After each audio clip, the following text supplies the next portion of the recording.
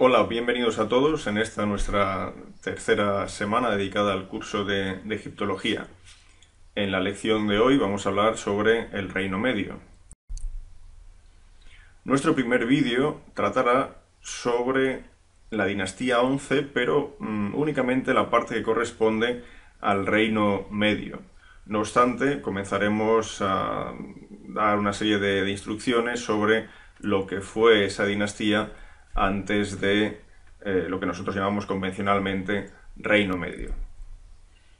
En la lista de reyes de Karnak, de época de Tutmosis III, encontramos un personaje, en realidad el único de la lista, cuyo nombre no aparece dentro de un cartucho. Esto es bastante llamativo, pero a la vez es un indicador sobre el papel que, al menos en la creencia de los egipcios posteriores a esta época, pudo desempeñar este personaje.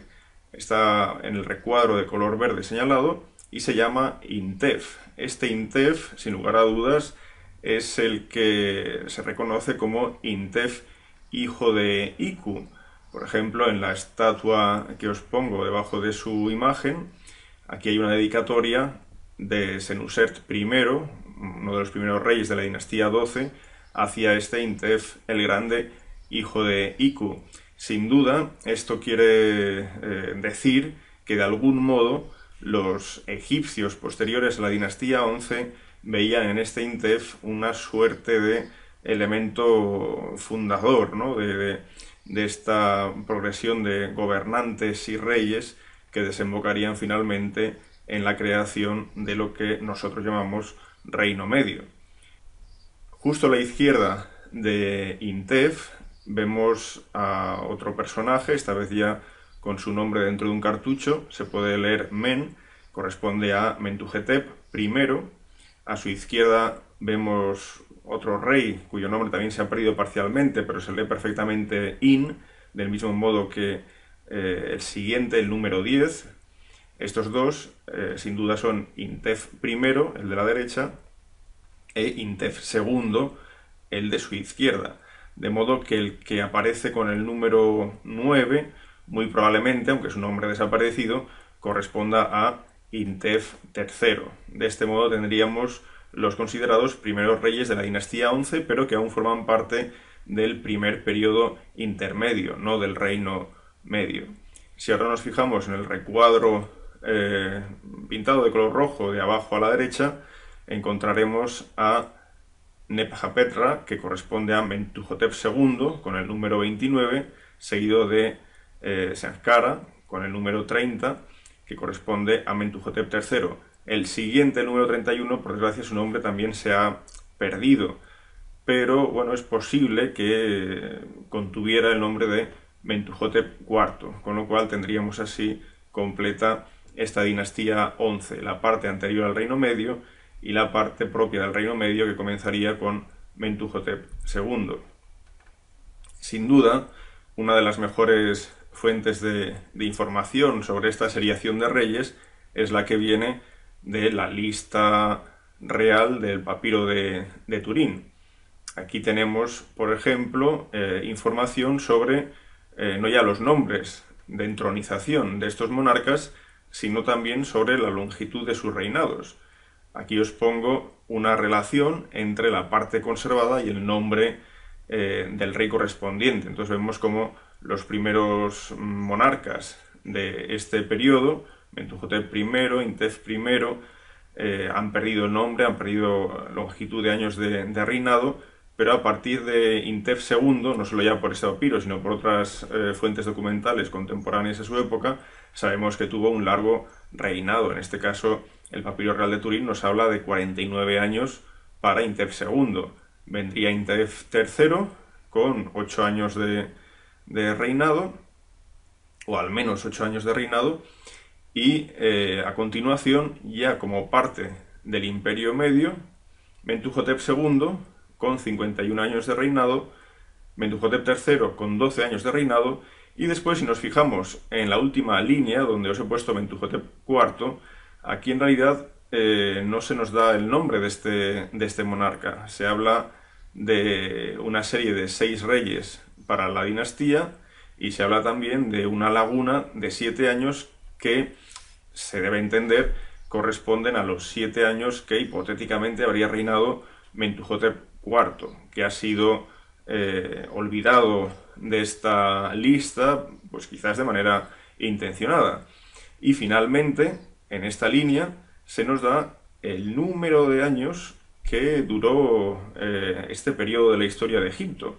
Se habla de 143 años. Como veis, por tanto, esto es una fuente de información maravillosa y muy útil que, evidentemente, junto a otros documentos, nos sirven para establecer una buena seriación de los reyes de la época, pero también una cronología bastante aproximada, una cronología relativa bastante aproximada.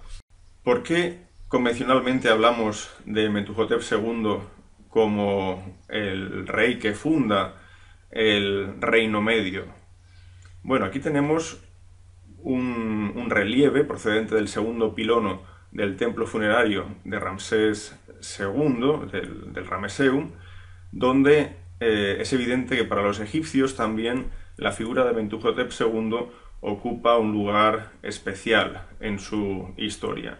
Si nos fijamos, en la parte inferior aparece una serie de portadores de estatuillas de reyes con sus nombres asociados. Entonces, en primer lugar aparece, por supuesto, Ramsés II, en segundo lugar tenemos a Seti I, en tercer lugar a Ramsés I, y a partir de ahí, hacia la izquierda, continuarían los reyes de la dinastía XVIII.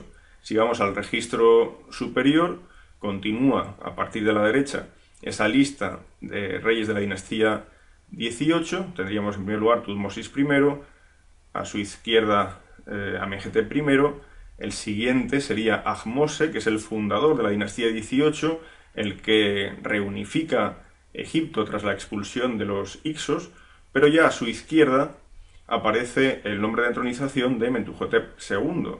¿Por qué salta esta lista directamente a este monarca de la dinastía XI y no menciona siquiera a los grandísimos reyes que tuvo la dinastía XII? Sin duda porque Mentuhotep II es el fundador de este nuevo Egipto reunificado, dado que con anterioridad a él los reyes tebanos antecesores son monarcas que no gobiernan todo Egipto, sino que están compartiendo Egipto junto a otros poderes. Los reyes heracleopolitanos de la dinastía X, por ejemplo, pero también comparten en cierto modo el poder junto a otros grandes potentados, nomarcas, que aunque no han tomado título de rey, son de hecho semi-independientes. Hay que recordar que durante el primer periodo intermedio Egipto estuvo realmente fragmentado. Existía una serie de poderes políticos como la casa de Abihu, un gobernante que poseía nomos alrededor de Dendera, o por ejemplo la casa de Hu, que gobernaba 2-3 nomos en la parte meridional del Alto Egipto. Es decir, que había una disgregación patente donde el rey ya no era la figura principal, sino donde, por ejemplo, los gobernadores locales o los jefes de tropa desempeñaban un papel muy evidente. Bueno, y volviendo a este relieve, a la izquierda de Mentuhotep II aparece Menes. Menes es Narmer, el fundador de la primera dinastía, al que se atribuye la unificación de Egipto. Por lo tanto, aquí vemos cómo en la mentalidad egipcia sí que existen tres monarcas que inician tres épocas diferenciables, pero que parten de un mismo motivo, es decir, parten de un estado de fragmentación inicial. Menes crea el reino antiguo, la primera dinastía. Mentuhotep II crearía el reino medio. Esto lo decimos nosotros de manera convencional, pero vuelvo a indicar que para los egipcios es un equivalente a la creación de una nueva época donde Egipto está bajo un único cetro. Y lo mismo sucede con Ahmose, como dije anteriormente. ¿Cuándo se produce la reunificación de Egipto bajo Mentuhotep II? Bueno, aquí tenemos algunos datos de interés. Por ejemplo, el mismo nombre del monarca nos da pistas. Fijémonos cómo el nombre de Horus, que aparece señalado en este relieve que encontraríamos en el Wadi Shat el Rigal, entre Tfui y Komombo, el nombre que nos da es Sematawi, el que unifica las dos tierras. Es la inscripción que aparece en el círculo de la izquierda. Y en el círculo de la derecha vemos cómo aparece marcado el año 39. Es decir, en el año 39, al menos desde el año 39, Egipto ya está unificado, tal y como indica el nuevo nombre de Horus del faraón. Pero una pista que nos da Mentuhotep II es precisamente el no haber hecho uso de este nombre de Horus a lo largo de todo su reinado. Al principio de su reinado, por ejemplo, él utilizaba el nombre de Seanj-Ibtawi, y tenemos un documento fechado en su año 14 de reinado en el que utiliza este nombre de Horus, Seanj-Ibtawi. Por lo tanto, podemos deducir que en algún momento entre el año 14 de reinado y el año 39 se produjo esta reunificación de Egipto bajo el cetro de Mentuhotep II, y fue en ese momento cuando cambió su nombre de Horus. En realidad, de esta época tenemos relativamente, bueno, pues muchos documentos, ¿no?, que nos sirven para observar cómo se produjo la expansión de Tebas sobre todo desde la época de Intef II. Con Intef II sabemos que la frontera norte del dominio tebano llega hasta el 10º nomo del Alto Egipto, al norte de Tebas, y sabemos cómo en esa época, por ejemplo, Elefantina ya está bajo el mando de los tebanos. Sin embargo, Mentuhotep II va a ser el que por fin concluya con ese auténtico muro que habían creado los heracleopolitanos gracias a las alianzas con poderosos gobernantes como los de Asiut, que eran los gobernantes del 13º nomo del Alto Egipto, o por ejemplo con los gobernantes de Hermópolis, que gobernaban el 15º nomo del Alto Egipto. Esto va a ser eliminado, estas alianzas van a ser vencidas por parte de Mentuhotep II. Quizás la diplomacia aquí también pudo desempeñar un papel importante, pero la cuestión es que la llegada de las tropas tebanas a Heracleópolis supuso una destrucción de dicho emplazamiento, de su necrópolis, por lo que de este modo se intentó eliminar, ¿no?, y olvidar lo que había sido el máximo contrincante de los tebanos en este primer periodo intermedio. Una vez se concluye esa derrota heracleopolitana, el poder tebano va a continuar en expansión. Sin ir más lejos, podemos citar este grafito de un oficial llamado Chehemau. El grafito se halló en Abisco, una localidad muy cercana a Elefantina, en la primera catarata, y en el grafito se habla de cómo, bajo el reinado de Mentuhotep II, bueno, pues se llegó hasta la mismísima Bujen, que está en la segunda catarata.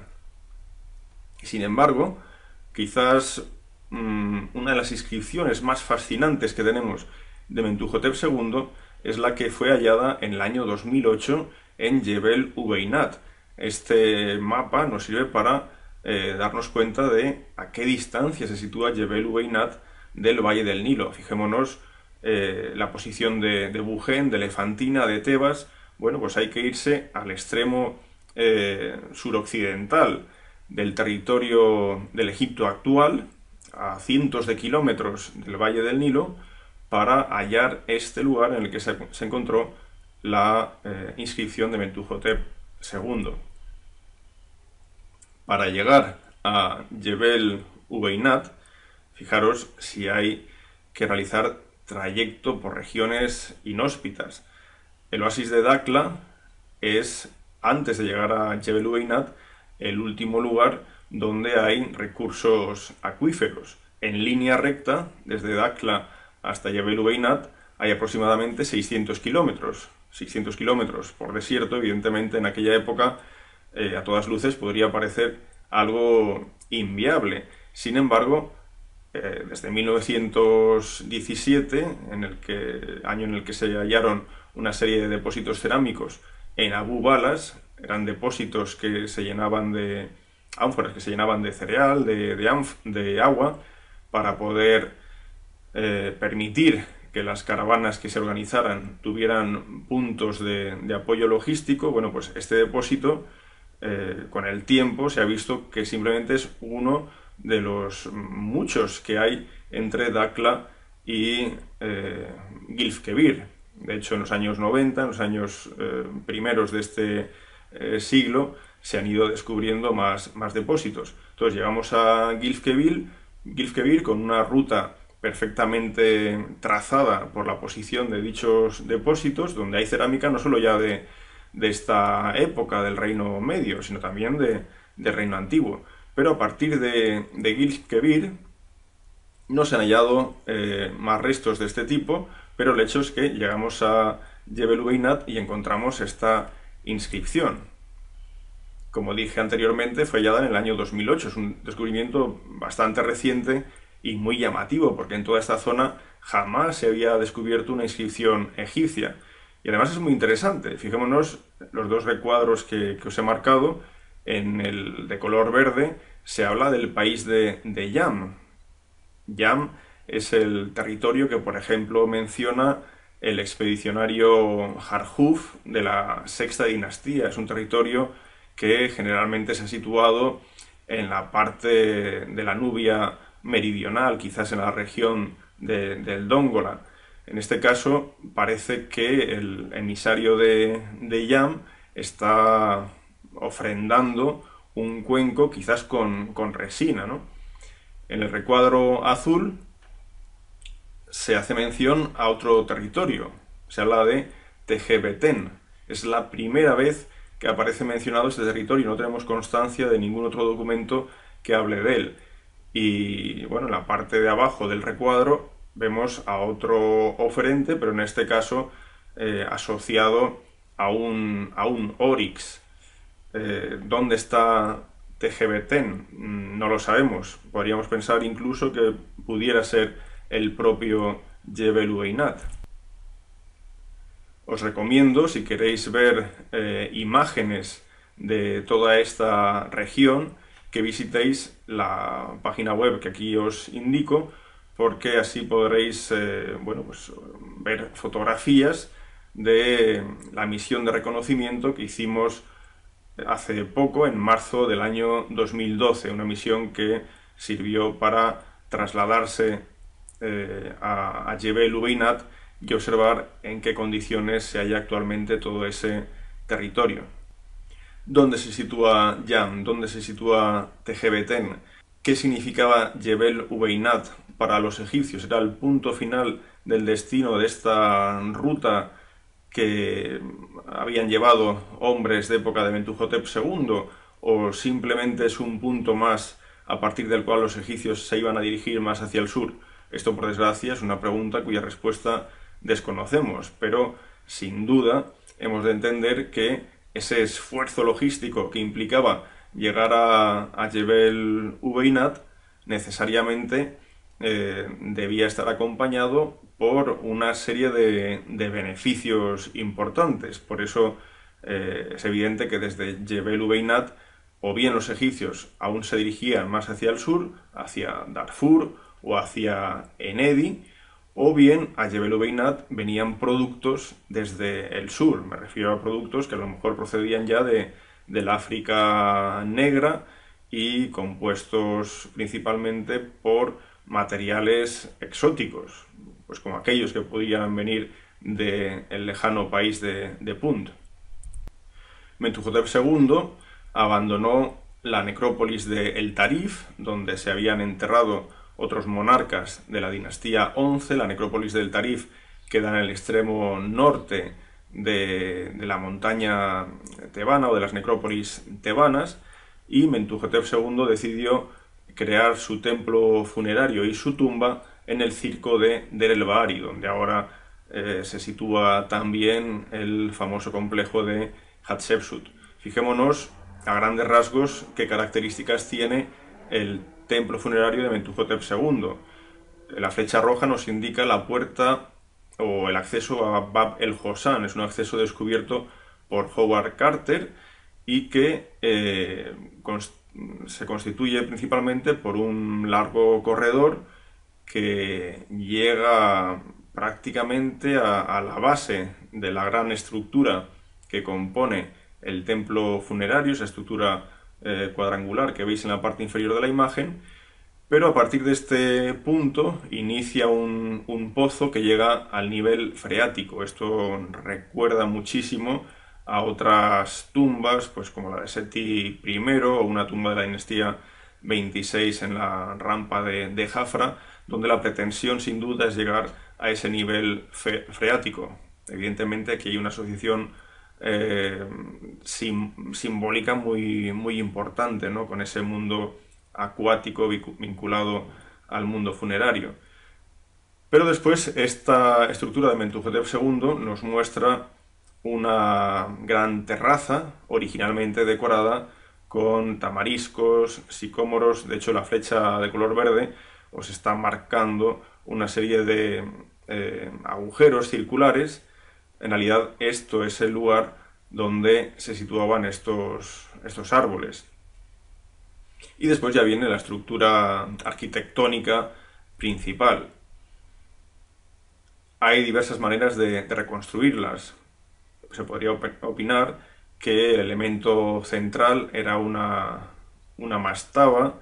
Esto, por ejemplo, es una hipótesis de Arnold, o podría ser una pirámide, como opina Nabil, o como recientemente también ha opinado Daniel Polch, aunque él habla de una pirámide con una inclinación mucho mayor, pues quizás del orden de 70 grados, o por ejemplo, como opina Stadelman, que cree que en lugar de una mastaba o una pirámide, en realidad podía haber un túmulo.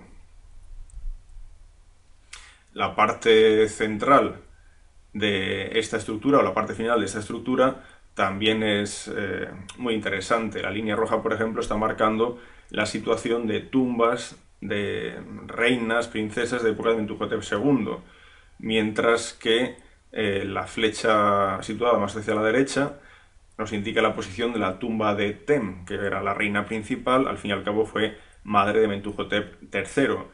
Y la flecha que nos indica Mentuhotep II en realidad nos muestra el inicio del largo corredor que lleva a la cámara sepulcral de este monarca. Podéis encontrar más información, imágenes de documentos, relieves, etcétera, de época de Mentuhotep II en la web que os indico en esta imagen.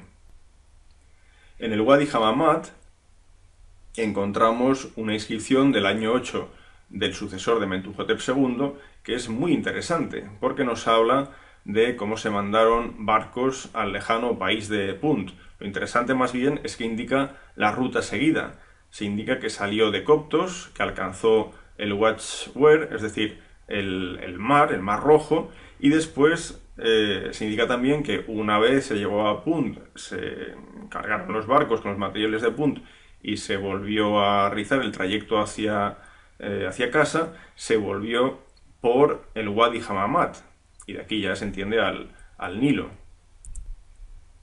Más o menos la ruta sería la siguiente: salimos desde Coptos, seguimos una ruta por el Wadi Hammamat, y en esta época se utilizaría la variante del Wadi Atala, que nos lleva hacia la zona del Wadi Gasus, donde se sitúa el puerto de Mersa Gawasis, donde se han encontrado abundantes restos de época del Reino Medio. Así que fijaros qué fascinante es la rápida evolución que tiene Egipto desde el punto de vista comercial y también desde el punto de vista expedicionario, podríamos decir, durante la época de Mentuhotep II.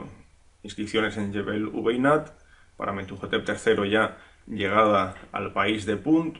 Se ha llegado previamente también a Bugen en la segunda catarata, es decir, un desarrollo hacia el sur bastante evidente.